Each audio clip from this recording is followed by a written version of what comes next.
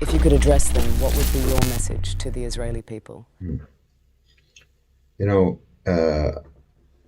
in the Muslim and the Arab world, we sort of have been taking it as a truism, for years, that the United States basically serves Israel, that America is controlled by Zionists, and that the U.S. government will do anything, no matter how much it costs, to save and protect Israel. I think there's a lot of Israelis who probably think that way too.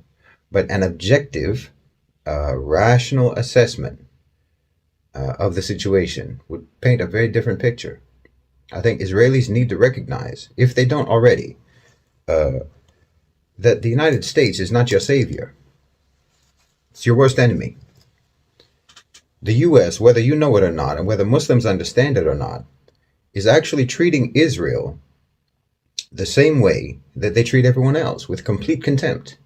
I mean, look, they are supporting Benjamin Netanyahu, who is the most unpopular, the most despised, the most corrupt, the most incompetent, the most psychopathic, delusional, and despotic ruler that Israel has ever had. And he's responsible for both prolonging and worsening the conflict with the Palestinians. Netanyahu has made a career on diverting attention away from the internal domestic concerns that actually matter to Israeli citizens, that matter the most to Israeli citizens, by endlessly talking about security and the supposed threat that Israel faces. And of course, the domestic problems in Israel just get worse. And the conflict and the security situation actually just gets worse. And America loves it. They don't care about Israel's domestic issues. They don't care about the socioeconomic issues, the socioeconomic concerns that Israelis have, the high cost of living, the disparity between rich and poor. They don't care about corruption in Israeli society, and so on. And these are the predominantly these are the issues that matter the most to Israeli citizens, to Israeli voters. But as far as America is concerned, the only thing that matters is continuing the strife and conflict. That's all they care about. They don't care about the welfare and the stability of Israel, the safety of Israeli citizens. You see, Israeli citizens want to treat Israel like an actual country, and they expect it to behave like an actual country. And they think that their lives and their concerns should matter like they would in an actual country. But to the United States, Israel is a policy instrument. So the Israeli population doesn't matter to them. And what matters to the Israeli population doesn't matter to them. The relationship with the United States has been incredibly detrimental to Israel, despite what everyone thinks. It has prevented Israel from becoming a normal society. Now, part of that is driven by diaspora Jews in the U.S., who, like most diaspora communities, are generally far more radical and ideological than their people back home. And this diaspora community in the West, particularly in the United States, makes a huge amount of money exploiting Jewish emotional attachment to Israel, getting them to fund pro-Israeli lobbies and so on, which mostly just makes a handful of American Jews very rich. But it's mostly driven by U.S. policy interests and the utility of Israel as a vehicle for an endless flow of cash to American defense companies, and as an sort of offshore research and development hub for the Pentagon. The U.S. does not want, and has never wanted, for Israel to be at peace with their neighbors. They've never wanted Israel to integrate into the region. That's not Israel's function as far as America is concerned. And it doesn't matter to them that this is the only way for Israel to ever actually become a normal society. It doesn't matter if this is in the interests of the Israeli population or not. They don't care. They're using you. They're using you, the Israelis. They're exploiting you.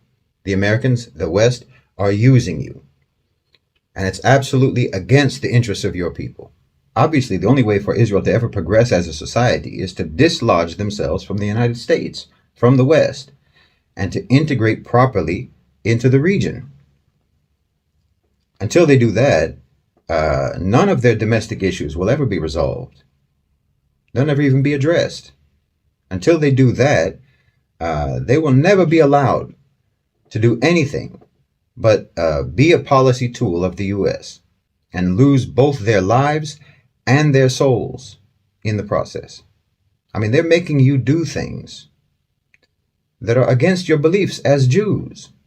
They're making you do things that are against your own humanity. They're pushing you to do things that make the world see you as monsters. And more specifically, you're being seen as monsters by the people who are in that part of the world where you are. Properly, Israel should be a global South country. It should be a Middle Eastern country, and it should share the values and the priorities of the global South and the Middle East. But because it was a Western colonialist project from the beginning, and because it continues to operate exclusively as a colonialist project, it is seen as, it is perceived as, and it sees itself as a Western nation. And you're never going to be able to be a normal country going forward like that. The only real way forward is a one-state solution. Incorporate all of the occupied territories and all of the inhabitants of those territories into one country with equal citizenship rights.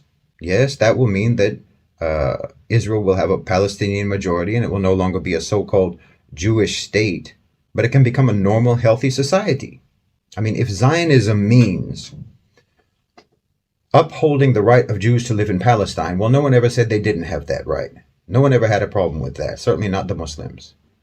But if Zionism means ethnic Jewish supremacy, well, I mean, what civilized person would endorse something like that in the 21st century? There were always Jews in Palestine during the Muslim Empire. And there were Jews in Palestine when the Zionists came, and the Zionists fought against them. But if you want your country to ever be normal, then you're going to have to go back in history and learn from the history of those Palestinian Jews who knew how to get along with their neighbors and who lived peacefully with the Arabs, who lived peacefully with the Palestinians.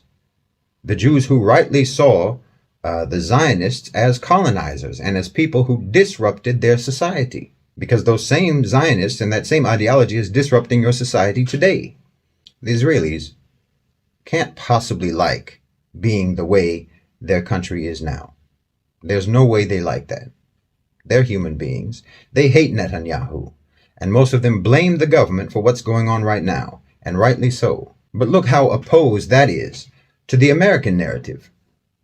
You know, look at how at odds the American narrative is from the way Israelis themselves feel, the Western narrative. You need to stop letting America talk for you. They're destroying you. The perspective of the average Israeli is diametrically the opposite of what the Americans are saying. I mean, look at those kids at the rave when the Hamas attack happened. And remember that military service is compulsory in Israel. So that means that all of those kids at that rave were IDF soldiers at one point. And all those kids have military training, but those aren't soldiers. I mean, even the active soldiers of the IDF aren't soldiers. The IDF of 2023 is not the IDF of 1956 or 1967 or even of the 1980s. These people don't want to be warriors. They just want to live their lives. But America won't let them. I mean, look at the Israelis on TikTok or Instagram. What do you think they would rather be doing with their lives? Do you think they have it in them to, that they're so committed to Zionism that they want to dedicate their lives to harsh, stoic drills and training all day, self-sacrifice, discipline, and so on, in order to make Israel a warrior nation? Why, they'd rather be in Dubai. You know it and I know it. If they had a choice between the path that Netanyahu and the United States wants for them, which is the path of endless strife and conflict and bloodshed, if they had a choice between that or following the path of a one-state solution that would flood that country with Gulf investment, Gulf money, and would allow them to just basically lay on the beach all day smoking hashish, what do you think they would prefer? No, Israel has to detach itself from the U.S. They need to start looking to the BRICS nations for diplomatic resolutions and solve these problems together with the global South. And they need to send this message to the diaspora and try to de-radicalize those people and stop the influx of crazy settler extremists to their country. That's a destabilizing force in your society. I mean, just like always, the Muslims, the Arabs, are giving Jews a way out of Western exploitation and violence, because that's all the West is doing. If you think about it, if you think it through, you can't possibly be foolish enough not to see that. I mean, we've always heard about how smart Jewish people are. So surely you can see that the West is just throwing you into violence and suffering and chaos. They're just using you. But the Arabs, the Muslims, genuinely want peace and stability, but with justice and fairness. You believe in justice and fairness, don't you? You want peace and stability, don't you? Well, the only way that's ever going to be brought about is when you disentangle yourselves from the United States, honestly. I think you should enact a law in Israel, in fact, against dual citizenship. Don't let anyone be a citizen of Israel while still holding a passport for another country. Then you can weed out, who's really invested in your society and who isn't. I think at least 20% of Israelis, the last time I checked, I think around 20% of Israelis hold dual citizenship, and about half of those only live in Israel part-time. They're seasonal Zionists. And these are most likely going to be, the settler types, who are basically sort of a Jewish ISIS, a Jewish Daesh. You don't want people like that in your society. I mean, it will also be from the part-time seasonal Zionists. You also have the business people who have divided interests. You need to weed those people out. They're destabilizing. And you certainly shouldn't be allowed to serve in the government if you have dual citizenship. How can you be sure which country's interests they're serving? Particularly if they're American Israelis, if they hold dual citizenship of Israel and the United States. Which country are they serving? I mean, how many of these people in the government or elsewhere, but especially in the government, how many of these people would be willing to sacrifice their U.S. passport for Israel? Not many. I promise you that. Well, that shows divided loyalty. And that's at least one of the reasons why there's so much corruption in your government. Because most of the people are serving American interests. Most of the politicians are serving American interests, European interests. Why, you and I know that Netanyahu is about 95% more likely to retire in Florida than in Israel. So if you can get people who are actually committed to Israel being a proper, normal country, people who are genuinely interested in the welfare of the Israeli people, well, I think you would see peace a lot sooner. And that's obviously in the best interest of Israel. So you need to get closer to the Arabs. You need to get closer to the Muslims and liberate yourselves from being nothing but an American tool in the Middle East, because that's what you are. And that's what they're treating you as. I mean, haven't you ever noticed that the most enthusiastic supporters of Zionism in the West and in the United States among non-Jews are exactly those same groups of people who historically have been the most anti-Semitic people? Why, the original Zionists got support from the most Jewish-hating segments of Europe back in the day. Everyone knows that. That's not a secret. And they haven't changed. The Westerners haven't changed. Those same anti-Semitic groups haven't changed.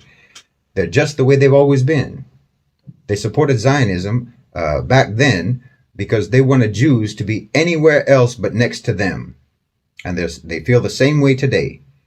And their so-called support for Israel right now is just as anti-Semitic as it has always been. They want to see you in conflict. They want to see you in misery. They want to see you in insecurity. And they want you to be dependent and subject. It's nothing but hate. But you fooled yourselves into thinking it's love. You fooled yourselves into thinking it's friendship when they're your worst enemy.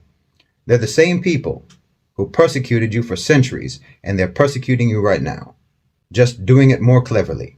And the same people who were historically the most welcoming to you and the most kind to you are the same people that they want you to be at war with. I'm telling you, you're getting played. You should be smarter than that. They don't want good for you. They never did. I mean, what good have you gotten, actually? Hundreds of thousands of your sons and daughters right now have been called up to go to the slaughter by America and their sponsored agents in your government. Hundreds of billions of dollars have been spent, only to make you more insecure and line the pockets of your corrupt politicians, while average Israelis are struggling with the cost of living, and no one cares. Your politicians don't care, and who they work for doesn't care, which is the United States. They hate you, and they hate us. You and I both know it. We should more or less be on the same side, but they keep making you do things that make it impossible for us to side with you, and that's the whole trick, and you keep falling for it. We don't have a problem with Jews. We never did. Muslims don't have a problem with Jews, and history attests to that fact. But the people who do have a problem with Jews are the biggest backers of Zionism, and we do have a problem with Zionism. And you should too, because it's a plot that's against you and not for you. If you think about it, they're tricking you in every which way. The U.S. didn't defeat the Nazis and liberate the concentration camps. Russia did that. Some of the biggest backers of the Nazis were in America. And after the war, they brought over all the top Nazis in Operation Paperclip, and you know it. They brought them over after the war to help them in their science and engineering and development and so on. Everyone knows that. And right now, they're backing an army in Ukraine who literally fly the swastika, fighting against the country that ended the Holocaust. And you're supporting them. You see how confused you are? Don't you see how they've never changed? How the West has never changed? Don't you see how they want you to be against anyone who ever gave you refuge, anyone who was ever decent to you? And you still think this is support? You still think this is love? You think this is friendship? They're using you and they're ruining you because they never stopped being anti-Semitic. That's the truth. They never stopped being anti-Semitic. So my message to Israelis would be, stop being led by the nose by anti-Semites and actually make peace with the Semites, with the Arabs, with the Muslims, and get yourselves free once and for all from the United States, from Europe, and from Zionist anti-Semitic manipulation, because it's going to be the death of your country. It's going to be the death of your society. And like I said, it's going to be the death of your souls. Because in order for you to do what the United States wants you to do, you have to do things that are against your belief system. You have to do things that are against your morality. You have to do things that are against your own sense of humanity. And it's going to destroy your reputation. And it is destroying your reputation all across the world, and more importantly, across the global south, which is where the future is. So you need to stop being manipulated by the West. You need to stop being manipulated by the United States and stop being manipulated by the people who are taking money from the United States and lining their pockets with it. They're sacrificing your children, they're sacrificing your sons and daughters, they're sacrificing your quality of life, and they're sacrificing your future just to line their pockets. Everybody knows that Netanyahu is doing nothing now but trying to save his political career, no matter how many lives have to be lost, Palestinian lives or Israeli lives. He doesn't care, and neither does America. So you need to wake up and start using that great brain that we all keep hearing about.